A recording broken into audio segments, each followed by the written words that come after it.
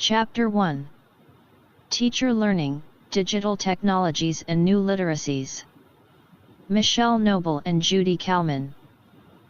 Right now, improving teachers is a trending topic internationally. Interestingly, the last time teachers were so fixed in the crosshairs of national policy makers, international cooperation agencies, and initiative funders was the 1970s. This was a time when education pundits around the world called for the rationalization of teaching and learning, Novoa 2008, 49, and teachers were trained to teach by developing lesson plans based on very specific learning objectives. Then, during the 1980s, the epicenter of attention shifted away from teachers to focus on curricular reform, while in the 1990s, school reorganization became the priority, Novoa 2008. Organizations such as the World Bank, the United Nations Scientific and Cultural Organization, UNESCO, and the Organization for Economic Cooperation and Development, OECD, among others, persuaded national governments to invest time and resources in curriculum reform and school reorganization efforts. While teachers were asked if not required to put many of these organizations' specific guidelines and directives into action, teachers themselves were not leading players during this period. It seemed government bodies and other organizations alike assumed that changing the curriculum or organizing schools differently would necessarily result.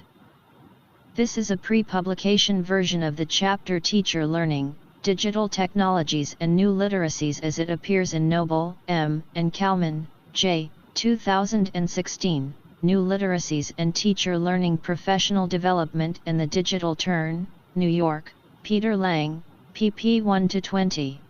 Please cite the original. 2. In improvements in student learning, and this, in turn, would ultimately contribute directly to social benefits like poverty alleviation, economic development, and social equality. However, disappointing outcomes from these efforts have pushed the pendulum back towards widespread focus on teachers and what goes on in classrooms, especially from 2000 onwards. Robolino Campos, 2005, 8, an education specialist with UNESCO argued, for example, that evidence coming from studies on the quality and equity of education contribute to the general perception that neither education nor the reforms carried out have produced coherent and sufficient changes in regard to the societal, economic, political, and scientific demands of the 21st century. She also emphatically identified teachers as central to school improvement efforts, Robolino Campos 2005, 1. This position is indicative of what was already a growing sea change in education reform foci. Indeed, the past 15 years have seen a surge in policies closely targeting teachers and teaching, with Robolino Campos, 2005, 1, going so far as to problematize disappointing student test results in terms of the teacher question, whereby blame for poor student results is placed squarely on teachers' shoulders. Indeed, as recently as 2014, Bokova Director General of UNESCO claimed that an education system is only as good as its teachers, Bokova 2014, 1.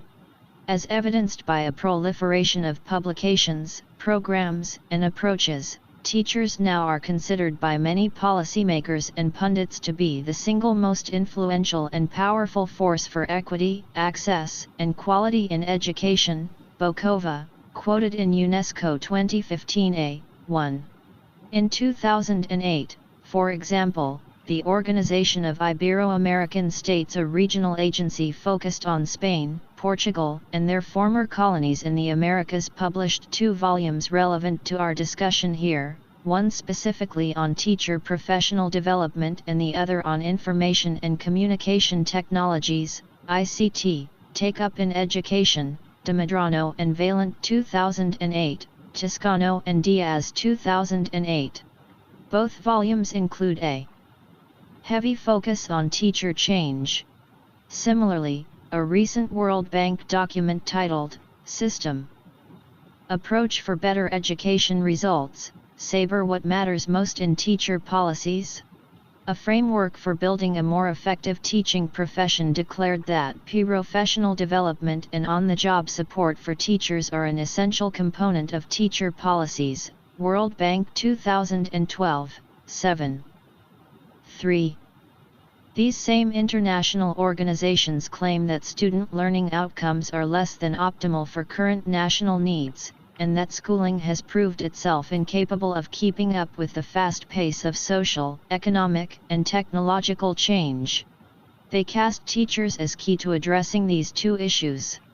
The 2005 OECD publication, Teachers Matter, Attracting, Developing, and Retaining Effective Teachers, for example, notes that teachers are the most significant and costly resource in schools, OECD 2005, 1, and need to deal effectively, OECD 2005, 2, with student diversity, use new technologies, and keep up with ongoing changes in academic disciplines. This report also places much of the responsibility of how students fare at school squarely on teachers' shoulders, claiming that here is now substantial research indicating that the quality of teachers and their teaching are the most important factors in student outcomes, OECD 2005, 9. Collectively, these agencies call for actions such as reinforcing teacher training institutions and teacher educators, peer coaching or collaborative activities with expert input, UNESCO 2012, 2, 5. Improving teacher quality by developing standards for teachers, UNESCO 2015 b. 1, and the more standard training, Hawkins 2002, 42. As such, ongoing learning and professional growth for teachers has been a hot-button topic within and outside education, especially over the past 10 years. In the U.S. at present, commercial professional development companies and publishing houses like Kagan, Learner's Edge, The Master Teacher, Pearson, and others, are the new big players in training teachers.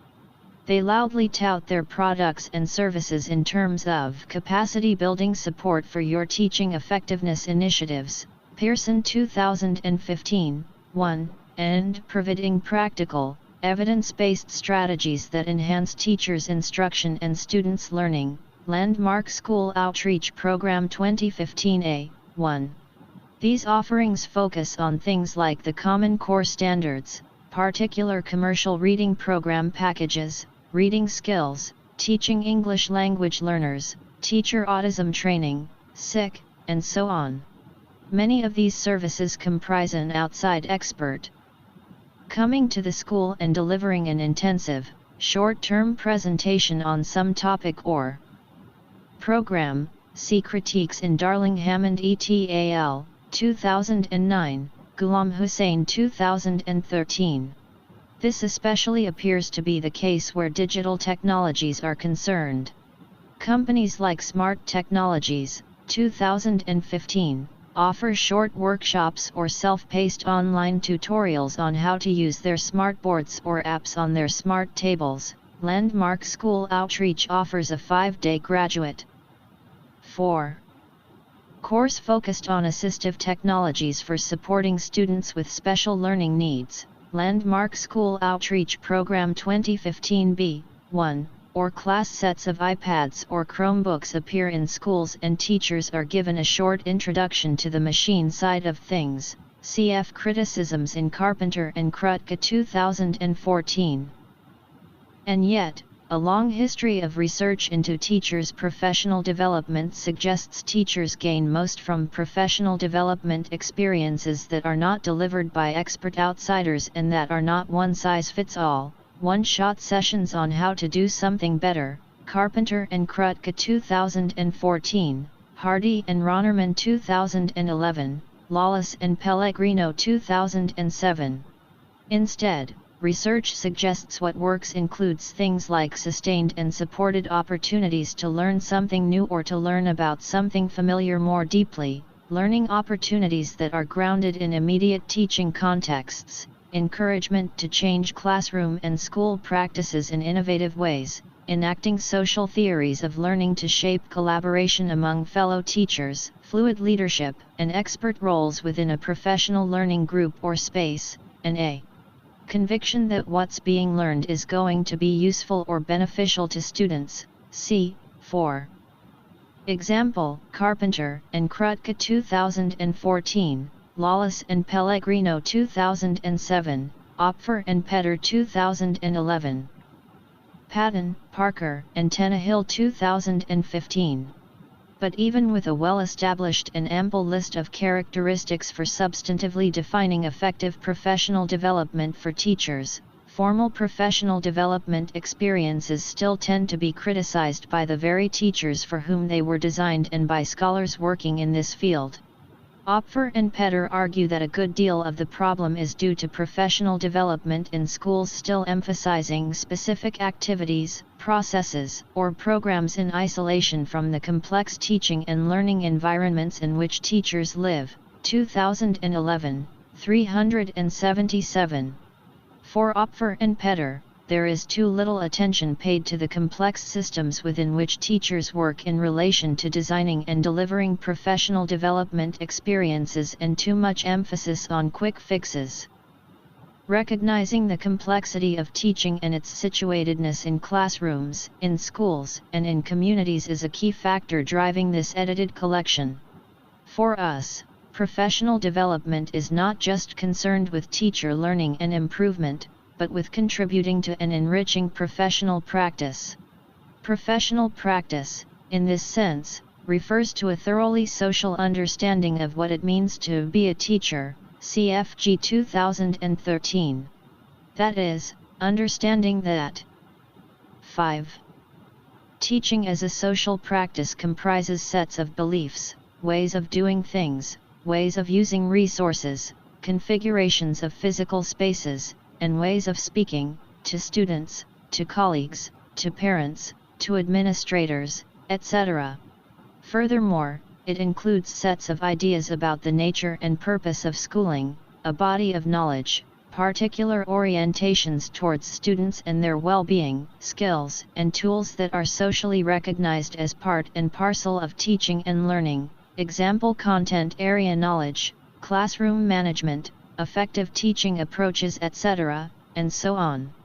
As such, we wanted to bring together in one place depictions of how different people have approached professional development with a close eye to professional practice and teacher learning as something that's complex, highly situated, deeply collaborative and participatory, and that takes into consideration the thoroughly social nature of being a teacher. Added to this, we also were deeply interested in gathering and circulating accounts of professional development. Experiences that engaged teachers in using or learning about a range of literacies and digital technologies in creative, meaningful, and fruitful ways. This was prompted by a sense that the academic literature to date has been dominated by education technology accounts of upskilling teachers to use particular digital devices, software programs, or apps, or online services, and then leaving it to teachers to find things to do with these devices and software in their literacy teaching. Kalman 2013. This body of work has tended to place digital technology itself at the heart of the professional development experience, rather than examine how digital technologies can become part of deep, useful, and ongoing literacy learning experiences for teachers and students alike. Cf. Similar critiques in Guerrero 2013, Hutchison 2011, Language Arts 2012. The Digital Turn and New Literacies. Teacher educators and academics talk about turns that signal large-scale, even paradigmatic shifts in thinking and practice within a field of study. These kinds of turns are often transdisciplinary in nature and can reshape or reconstruct the objects of research or generate new research objects or foci. Runnell et al. 2013, 7.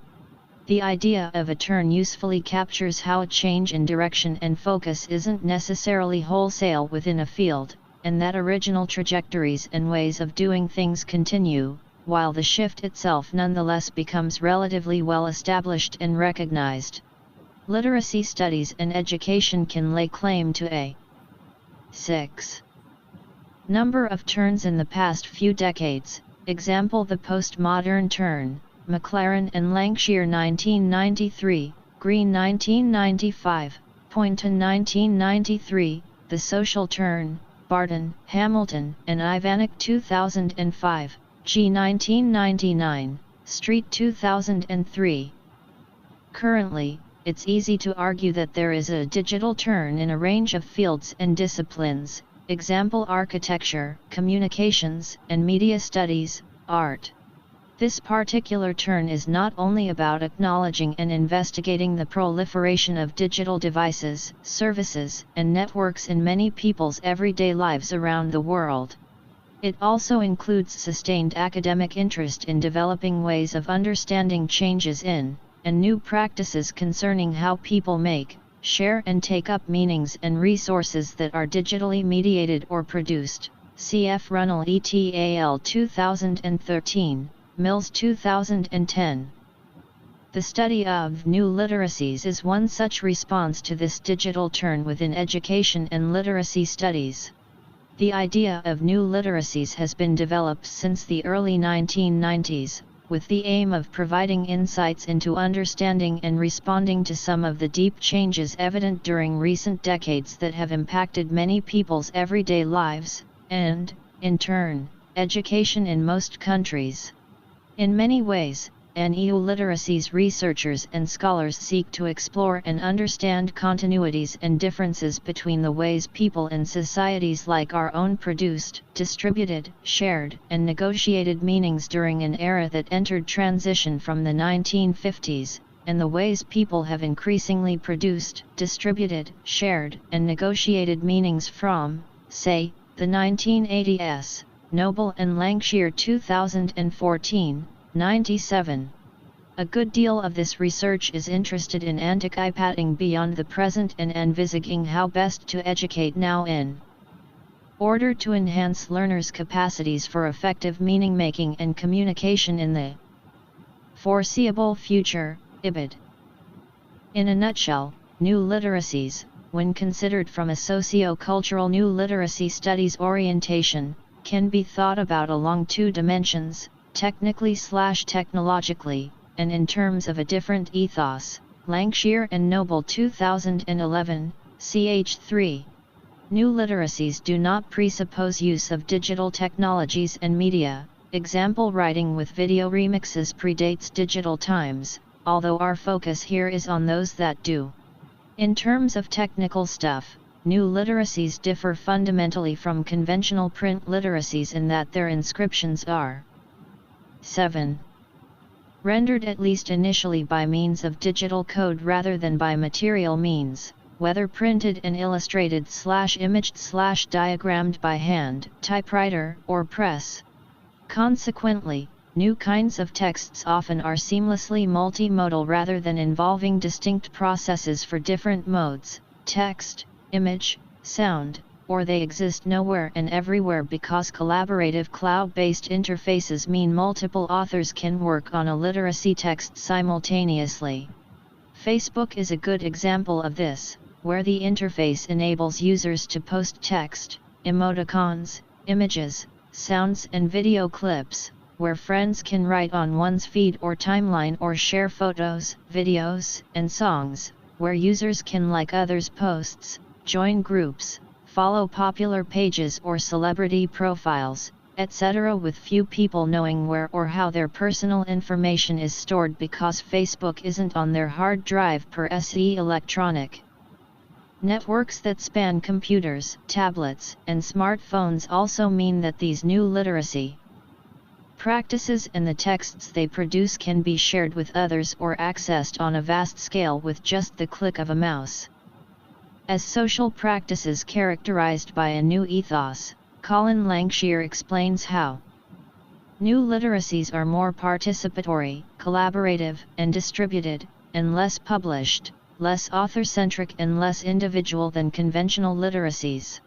Typically, although regretfully not universally. G. and Hayes, 2013, Engaging in Social Media Sites, Affinity Spaces, G. 2013, and Within Environments and Practices of Participatory Cultures, Jenkins, et.al. 2006, involves deep interactivity, openness to feedback, sharing of resources and expertise, and a will to collaborate and provide support that is writ large into myriad contemporary everyday practices.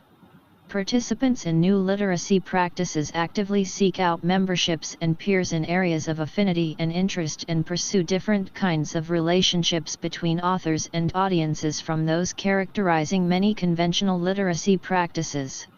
They generally value attending to the interests and knowledge of others, recognize that quality is judged by groups rather than appointed experts, welcome diversity of opinion in decision-making, and so on.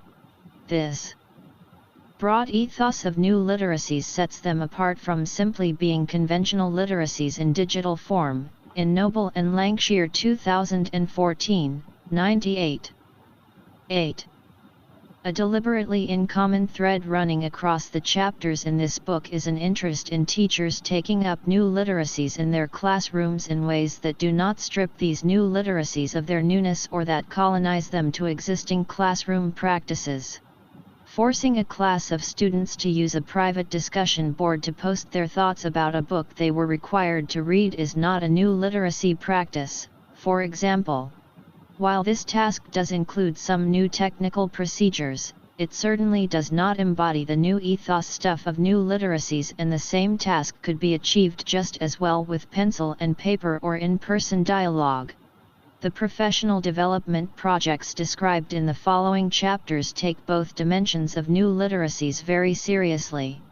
Teachers are engaged in producing complex, high-quality memory videos that cast them as both storytellers and story makers. One teacher works with special needs students to produce a polished remix video that retells a significant event from the point of view of a minor character in a story. Two teachers and their students in very socio-economically and culturally distinct schools collaborate virtually and in person on a set of online newspapers that engage with each community's previously unexamined assumptions about the other, and so on. There are no pre-packaged lesson plans, subject area software, or class sets of iPads in any of these accounts. The digital turn and teachers' professional development. As indicated above, the digital turn can be seen in two ways. On one hand, the term signals an academic interest in documenting and interpreting changes in how people experience and act on their world when digital technologies become part of the mix. On the other hand, and especially when we look at teachers' professional development in schools, the term often can have a mechanistic meaning that's best described as a turn to the digital device, with high hopes riding on an assumed causal relationship between installing computers plus internet connections in classrooms and improved student learning outcomes and standardized test scores. Indeed, taking up digital technologies in classrooms is a leading component of the ongoing push to improve teachers, with information and communication technologies especially invoked by international agencies and policy makers on national and local levels as a way to improve the quality of education and to force and support necessary changes in education practices to meet 9. The societal demands of the 21st century. Cabral and Servin 2010, 1, Author's Translation, see also Hernandez 2015. Yet, little thought has been given to the kinds of challenges teachers face when figuring out what these necessary changes might be or how to accomplish them. Apparently it is assumed that teachers will somehow naturally transition to using these artifacts. Kalman and Guerrero 2013. 261. Furthermore, it seems policy makers and service providers' expectations for teachers, digital technologies, and professional development outcomes vary considerably from place to place. Call, 2008, for example, identifies three dominant sets of expectations he sees shaping conceptions of and approaches to teachers' professional development and digital technologies. In some cases, administrators' and practitioners' expectations are restricted to the specific goal of training teachers to use the computer and to navigate the Internet, with an eye on introducing computers as a new subject area. Here, a key assumption is that teachers will explicitly teach their students how to use various digital resources like word processing software or keyboards, and, in doing so, will contribute directly to students' success at school and beyond. A second set of popular expectations for professional development is that teachers will become more efficient when digital technologies are added to their classrooms, that is, they'll be doing what they have always done, but better. This orientation emphasizes teacher productivity, teachers developing requisite skills and mastery of digital teaching materials such as specialized subject area software, example geometer, Descartes, accelerated reader, and pre-packaged lesson plans and activities designed to help teachers engage students in using digital technologies while they learn, example web quests, using PowerPoint for traditional classroom presentations. A third set of expectations sees digital technologies as a catalyst for transforming or reconceptualizing classroom teaching and learning in some way. Call, 2008, 124, notes that within this set of expectations, it's not about using ICT to do the same but better, faster, or easier or even more efficiently. It's about doing different things, about initiating teaching and learning processes that would not be possible in the absence of ICT, author's translation. More to the point, within this third set of expectations, digital technologies and digital practices are regarded as just one element of developing teaching approaches that center stage collaborative and social learning, realign relationships between teachers and students, shift how learning is distributed and taken up, reconceptualize knowledge as unfixed and constructed, and open up possibilities for tinkering with and remixing learning projects so that the learning and production process itself is 10. Foreground rather than taking a backseat to a particular kind of pre-approved end product. The authors in this book collectively offer different takes on how this third set of expectations can play out in real life, complex, shared and productively messy learning experiences. Their work with teachers or within their own classrooms embodies a new ethos of collaboration, distributed practice, and participation. Their approaches are also very much grounded in the digital turn, both in the sense of developing research insights into what it means to be more digital, and in working through ways of taking up digital technologies meaningfully within teachers' professional lives and teaching contexts. The importance of social learning.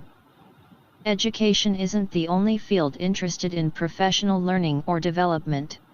The growing ubiquity of ready internet access, possibilities for tapping into distributed online and offline networks of shared expertise and knowledge, and opportunities for working collaboratively with a range of people on projects and ideas has seen fields like business studies, media and marketing, product development, medicine, resource management, and the like, become more interested in how people learn to be good at what they do. Cf. Bingham and Connor 2015, Brown and Adler 2008, Thomas and Brown 2011. What soon becomes clear when we look beyond schools is that learning, and especially professional learning, is often enacted in thoroughly social and participatory ways. The idea of learning as a social phenomenon isn't new, and it is typically defined in terms of a close connection between learning and shared activity grounded in social contexts and meaningful, authentic purposes. This version of social learning therefore closely associates learning with social practice, and knowledge with using mental and material tools, acquiring and employing skills, and drawing on forms of existing understandings, know-how, skills, processes, and the like in socially recognizable, albeit adaptable, ways. Lancashire and Knobel 2011, Kalman 2003. Early Conceptions Building Directly on Work by Vygotsky and Bandura Grounded Learning in the Physical World and in Face-to-Face Interactions, C.F. Brown, Collins and Dugwood 1989, Lave and Wenger 1991, Rogoff 1990. Social Learning in a Digital and Networked. 11. World, however, blurs the distinction between physical and virtual contexts, and opens up a whole range of relatively new ways of learning about something or learning to do something well. Studies of children and young people learning to do something that involves some dimension of new literacy, example play a massively multiplayer online game, remix anime videos, or be someone, example a game modder, an online fan fiction writer, show time and again that they learn to do and be by means of following up on their interests and by hanging out in online spaces with others who share the same interest. They also are documented sharing ideas and insights with others, especially with strangers, on discussion boards, microblogs like Twitter, or in dedicated chat sessions, collaborating on projects across time zones and physical locations, providing feedback on others' work, drawing resources and troubleshooting guides as needed from resource websites or wikis, refining their own skills and knowledge, and so on, usually while engaging in the very practice that they're learning, rather than pre-preparing themselves with a study period or just in case know-how. See accounts in G 2012, ITO 2010, Thomas and Brown 2011. Professionals in all manner of fields are engaging in social learning in very similar ways. Scientists, archaeologists, biologists, astronomers, physicists, designers, artists, musicians, sociologists, anthropologists, IT workers, doctors, nurses, and so on, are taking advantage of this new scale of access to resources, networks, and other people's knowledge to hone their own understandings and contributions to their respective fields. Bingham and Connor 2015, Hagel and Brown 2012, Surowiecki 2005. This kind of collaborative, networked, distributed learning is made possible not just by physical digital devices, networks, and services, but by shifts in social relationships and digital affordances best described in terms of participatory culture. A participatory culture is one characterized by low barriers to being able to join in, the practice, the activity, the discussion, artistic expression, etc., and sustained support for creating and sharing one's work. Jenkins 2009, 5. It also includes some kind of mentorship that may be quite fluid and distributed across a number of people, and that enables novices to tap into expertise, and experts to share their knowledge and skills with novices and to perhaps learn something more in the process. Ibid. See also Hay-Thornwaite 2014. Importantly, a participatory culture is one in which members believe their contributions matter, and feel some degree of social connection with one another. Jenkins 2009, 6. One classic example is fan fiction writing, where fans of a television show, movie, 12. book, or other popular phenomenon write narratives that build on or recognizably reimagine the original storyline, characters, setting, etc. These narratives can be posted to hosting sites like fanfiction.net that are free to join and require low internet bandwidth to access.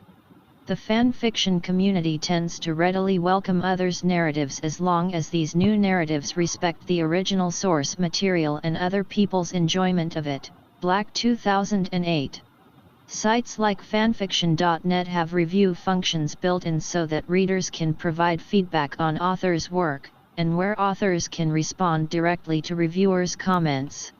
Studies of fan fiction suggest that authors who receive feedback on their work feel their writing matters to others, and this sense of being appreciated often plays a direct role in authors continuing to write and to improve their writing. Cf. Black 2008, Cawood 2013.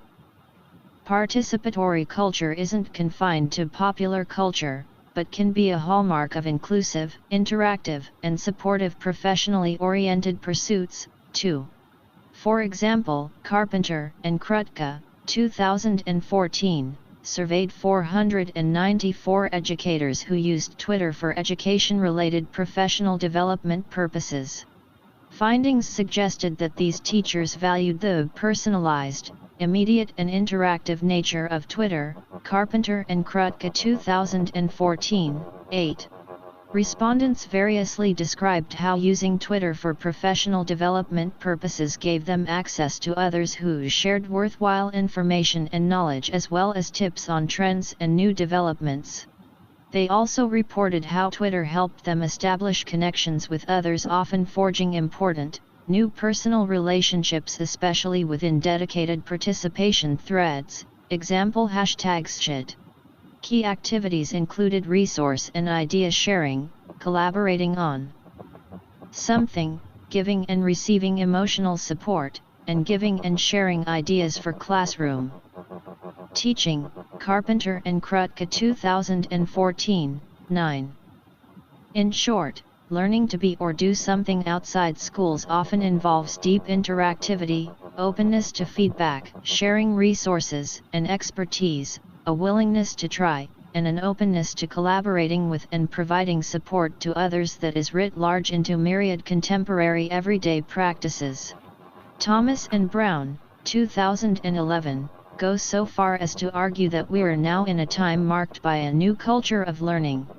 This new culture of learning, as they see it, has two key elements that capitalize on the social and participatory nature of learning in a digital world. 13.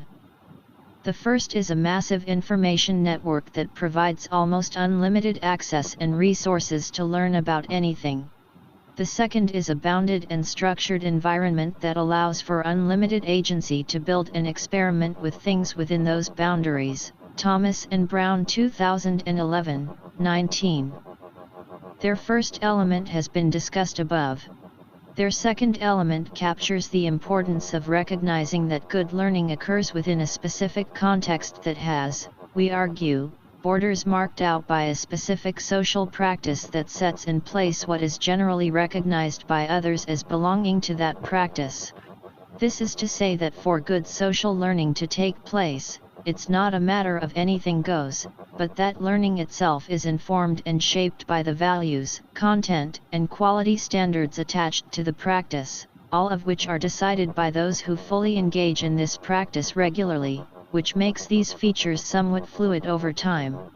For example, a young person learning to create anime music remix videos soon learns that cheesy transitions between video clips such as the checkerboard effect won't pass muster with aficionados of the practice.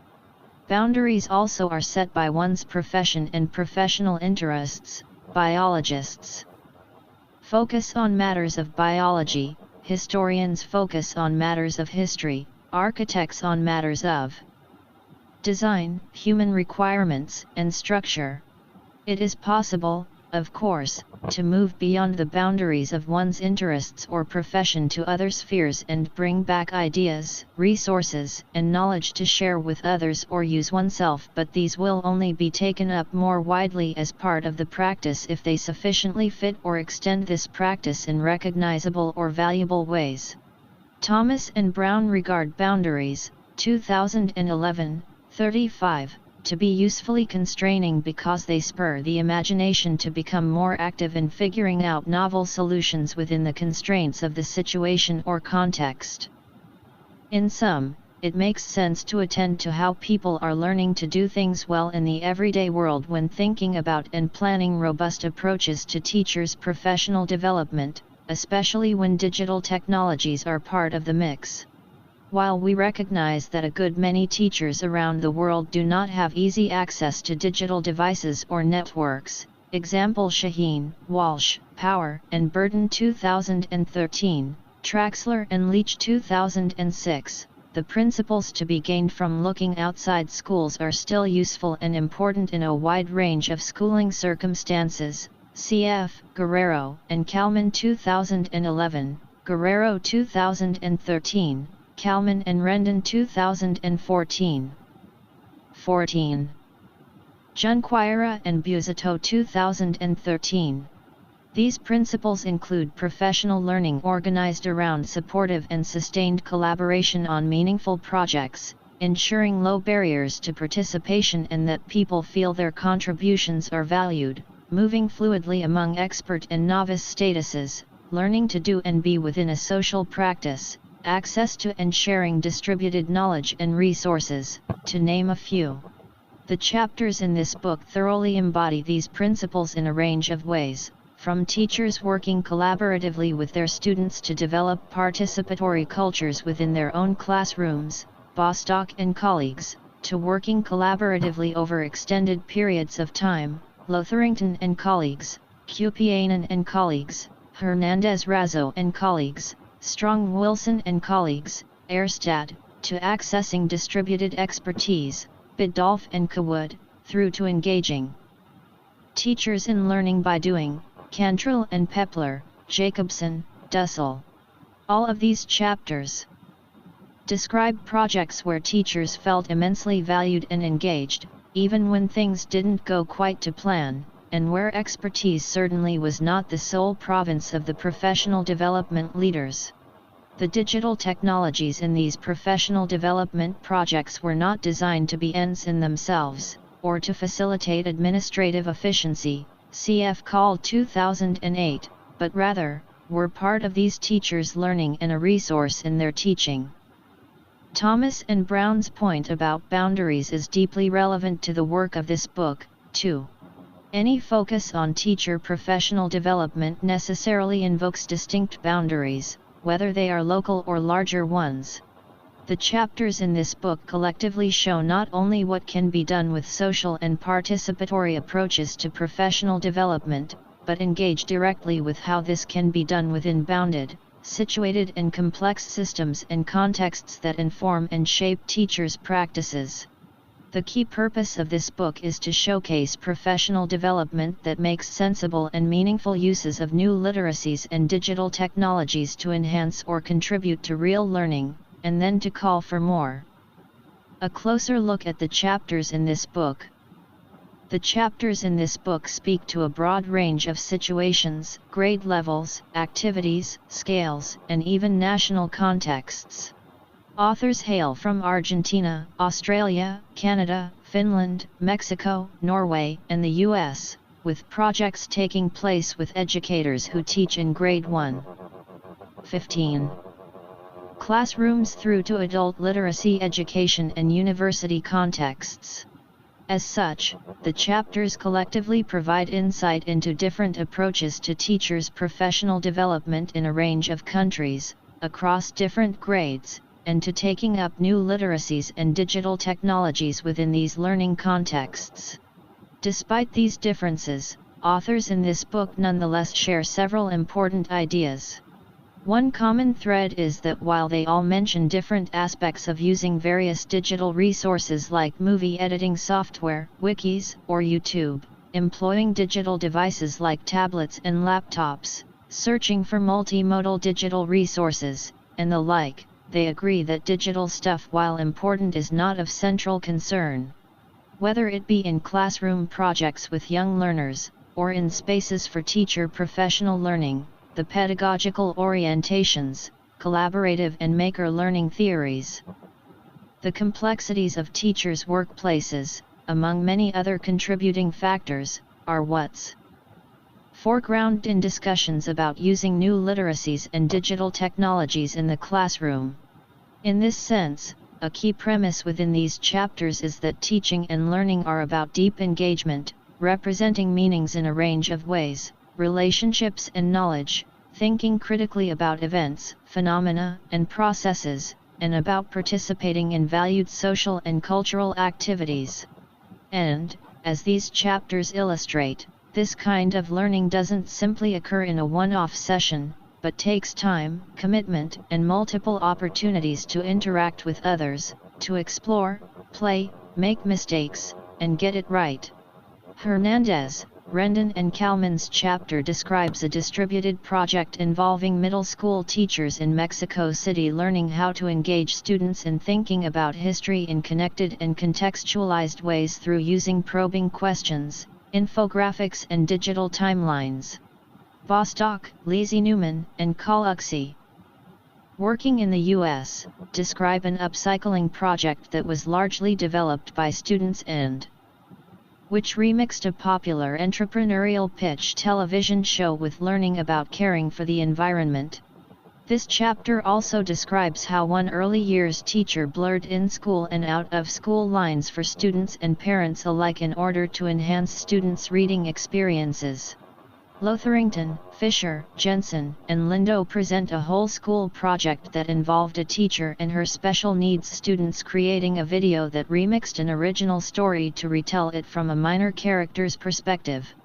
Erstad recounts several projects that focus on teachers developing innovative learning projects for their high school students, including inter-community newspapers that aimed at scrutinizing unexamined assumptions about people living in each community, teachers and students reconfiguring their traditional roles and relationships. 16. While examining environmental issues, and which included knowledge sharing with a school in Spain, and a digital storytelling project focused on accounts of being young in the past and in the present, and which blurred personal and academic narratives in interesting creative ways. Kupiainen, Lenonen, Mäkinen, and Wiseman describe a multi-school professional development initiative in Finland that aimed at replacing primary school teachers' reliance on textbooks with digital literacy approaches to student learning through collaborative pedagogy. Strong, Wilson, Mitchell, and Ingersoll map out a multi-directional memory project with school and university educators based in Canada. Jacobson reports on several adult literacy educators' professional development initiatives in the U.S. Biddulph and Cawood analyze Twitter as a professional development space for literacy and English subject area teachers in Australia. Cantrill and Pepler describe a number of initiatives housed with the U.S's National Writing Project, including having teachers create hand puppets from felt and electronic circuits as an activity and a context for thinking about learning. Finally, Dussel provides a warts-and-all account of what didn't work so well in 2 classrooms within the ambit of a massive-scale digital literacies project in Argentina. Authors in this collection draw on a wealth of different theoretical framings for thinking about new literacies, learning and digital technologies, too. This includes third space theory, Bostock, Newman, and Kaluxy, connected learning theory, Cantrill and Pepler, actor network theory, Dussel, socio-cultural theory, Hernandez, Rendon, Kalman, Biddulph and Cawood, Freerian theory, Jack Bobson, multidimensional memory theory, Strong, Wilson, Mitchell, and Ingersoll, new literacy studies and multimodality theory, Erstad, Lotherington, Fisher, Jensen, and Lindo, and multiliteracies, Kupiainen, Lenonen, Mäkinen, and Wiseman. These different orientations collectively recognize the interrelated, historical, complex character of learning and participating in a variety of domains of social life such as work, art, recreation, and school. And, while the framings for each chapter have somewhat different takes on the social, all of them, without exception, theorize learning as a social process in a way that challenges theoretical versions of learning as an individual mental act. Authors collectively emphasize the complexities of learning in context while interacting with other people, and while constructing different ways of meaning, understanding, and symbolic encoding. In multiple, albeit often unpredictable, continuous processes, different artifacts and material goods come into play and mediate activity. 17. And meaning and knowledge making in a variety of ways. Digital technologies across the board, however, are just one example of the kind of mediators drawn on by authors. The digital turn within formal schooling reinvigorates old discussions about learning and inequity in school, why is it that despite multiple education reforms many students, particularly marginalized and minority children and youth, continue to struggle at school? What can we do to make school more interesting and engaging? Or, to borrow Pepler and Cantrell's question in this volume, how can we help youth to develop powerful ways of seeing and acting in the world? Aware of the shortcomings of teaching and learning based on highly controlled, hierarchical and monitored learning environments, see Lotherington, Fisher, Jensen, and Lindo. This volume, the authors in this collection focus on how teaching, learning, and new literacies are conceptualized and practiced, rather than on how technology can fix education. Given that when used in creative and innovative ways, digital technologies, resources, and networks of people offer innovative avenues for learning, the chapters in this book point out how teachers are caught in the middle of policy statements hawking the importance of deep changes in the way we do teaching, and education pundits lamenting the slow pace of change in schooling when, in fact, educational systems do not typically reward change. See Erstad, this volume. All too often, as Erstad notes, teachers have been blamed for the lack of change and innovation in educational practices using digital media. This raises the issue of what is it that teachers need to know and know how to do, and the ways in which they come to know these things. Teachers cannot be expected to naturally transition towards using digital technologies in their classrooms. See Hernandez, Rendon, and Kalman, this volume. Research strongly suggests that effective professional development must be collaborative so that teachers have a voice in shaping their learning experiences and in making these experiences relevant to the work they do in classrooms. See Bostock, Newman, and Kaluxy, this volume. While there is no prescription that can fit every bill, the chapters in this book offer a series of examples and experiences that can usefully inform teachers and administrators' decision-making with regard to how to approach their own situated learning and development needs, along with examples of some of the possible pitfalls to look out for or to factor in. See Dussel, this volume. 18. Writing about contexts that range from high schools in Argentina to adult education in the U.S., from new mobilities in Norway to junior high schools in Mexico, there are 4 prominent themes that run across all the chapters: collaboration, risk-taking, play, and remixing the curriculum. Shared by many of the chapters, if not by all, there is ongoing discussion of the shift from teacher professional development to teacher learning as a pivotal point in the ongoing debate over how teachers might learn to change up their teaching. One of the central ideas of the chapters is that teachers' and students' learning is greatly enhanced by working together. Collaboration here refers to finding a common cause and demonstrating a willingness to listen to each other, to work through sometimes difficult situations, and to generate collective solutions, and where leadership within the collaborative activity is fluid and porous. In this sense, collaboration is starkly different from cooperation, where everyone contributes a standalone piece that is cobbled into a whole. The authors in this book describe and analyze how teachers and students, and, at times, parents and community members, mutually support each other, and participate in completing projects. Authors also speak to how roles within their project groups shift back and forth between teacher and learner. It is worth noting here, too, that 8 out of 11 chapters have more than one author, and the book itself are collaborative, collective efforts. A second theme in common across all chapters is the recognition that learning is a risky business. Providing teachers with opportunities to try innovative and unknown approaches is a key feature of teacher learning, but with each intent comes the possibility, if not probability, of making mistakes and missing the mark the first time around. Creativity and change require an ability to brave the unknown and a willingness to try, rethink, and redo. Learners, be it teachers or young people, learn when they are given opportunities to develop their knowledge and know-how and have some choice and control over what they learn and how they learn it. While it is widely recognized that failure is an integral part of learning, it is often not welcome or ignored in professional development contexts and classrooms.